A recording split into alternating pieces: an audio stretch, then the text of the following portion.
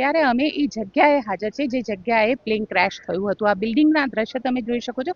સાથે અહીંયા આગળ જે એનડીઆરએફની ટીમ છે એના દ્વારા રેસ્ક્યુ ઓપરેશન કરવામાં આવ્યું અને આપ જોઈ શકો છો કે એનડીઆરએફની જે ટીમ છે એનું રેસ્ક્યુ ઓપરેશન પણ હજી ચાલી રહ્યું છે। અલગ અલગ લગભગ 2 થી વધારે એનડીઆરએફની ટીમ છે જે અત્યારે રેસ્ક્યુ ઓપરેશન કરી રહી છે। સાથે સાથે ફોરેન્સિક સાયન્સ લેબની જે ટીમ છે તે પણ અત્યારે અહીંયાથી દરેક પ્રકારના જે એવિડન્સ છે, ટેકનિકલ એવિડન્સ છે, એ બધા જ એવિડન્સ લઈને અહીંયાથી નીકળી ચૂકી છે અને બ્લેક બોક્સ જે છે તે પ્લેનનું બ્લેક બોક્સ પણ હવે મળી ગયું છે। અને બ્લેક બોક્સ નથી કહેવાય, એ લાલ કલરનું હોય છે પણ એને બ્લેક બોક્સ ગણવામાં આવે છે। અને આ બ્લેક બોક્સ જે હોય છે તેમાં પ્લેનના દરેક ટેકનિકલ એવિડન્સ જે હોય છે એ ટેકનિકલ એવિડન્સ મળતા હોય છે, એટલે એને બ્લેક બોક્સ કહેવામાં આવે છે। અને તેનાથી ખબર પડે છે કે પ્લેનની અંદર કઈ ટેકનિકલ ખામી સર્જાઈ હતી જેના લીધે પ્લેન ક્રેશ થયું હતું। આપને આ દ્રશ્ય બતાડીશ, આ બિલ્ડિંગના દ્રશ્ય છે જે બિલ્ડિંગ સાથે પ્લેન ક્રેશ થયું હતું, ત્યાં ભટકાયું હતું અને આજે બીજે મેડિકલ કોલેજ છે એનું આ હોસ્ટેલ છે। અત્યારે અલગ અલગ એજન્સી છે,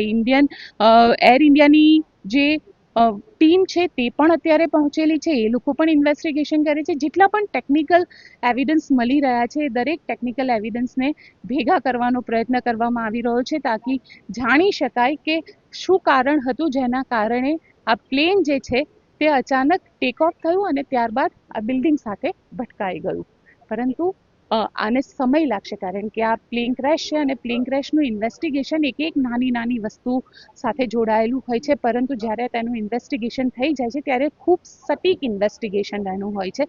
તેમાં થોડો સમય લાગતો હોય છે કે કારણ કયા હતા, કારણ કે જે બોઈંગ છે એ બોઈંગમાં થનારો આ પહેલો એવો અકસ્માત છે જેમાં પ્લેન ક્રેશ થયું હોય અને પ્લેન કોઈ બિલ્ડિંગ સાથે ભટકાયું હોય। એટલે અત્યારે એવું માનવામાં આવી રહ્યું છે કે બની શકે કે તેના એન્જિનમાં કોઈ ગડબડી હોય અથવા તો બર્ડ હીટ જે છે કે પક્ષી ભટકાવાનું કેસ પણ બની શકે છે। સાથે આપણે એ પણ દ્રશ્ય બતાવીશ કે જે ઝાડ હતા એ ઝાડ પણ સંપૂર્ણ રીતે બળી ગયા છે, એકદમ લીલા ઝાડ હતા, એ ઝાડ પૂરી રીતે સળગી ગયા છે અને તમે જોઈ શકો છો એના એવિડન્સ જે છે એ લગભગ લોકો ભૂલી નહીં શકે, રોમટા ઊભા થઈ જાય એ પ્રકારનો રૂવાડા ઊભા કરનારો આખો ઘટનાક્રમ જે છે એ ઘટનાક્રમની અંદર એક એક વસ્તુ હવે અહીંયાથી કલેક્ટ કરવામાં આવી રહી છે તાકી એનું સચોટ ઇન્વેસ્ટિગેશન જે છે એ સચોટ ઇન્વેસ્ટિગેશન કરવામાં આવે અને કારણને જાણી શકાય। 260થી વધારે લોકોના મૃત્યુ થયા છે, એમાં કેટલા ડૉક્ટર છે, કેટલા પેસેન્જર છે, આ દરેક વસ્તુનું જે ઇન્વેસ્ટિગેશન છે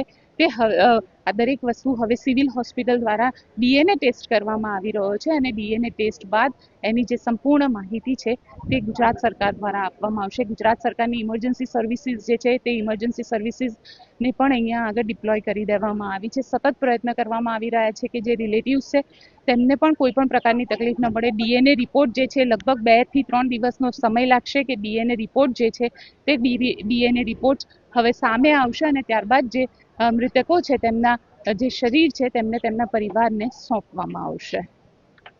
અમારી ચેનલ પર પ્લેન ક્રેશ રિલેટેડ બધા જ ન્યૂઝ તમને જોવા મળશે, એટલે અમારી ચેનલને સબસ્ક્રાઇબ કરો, લાઇક કરો અને શેર કરો।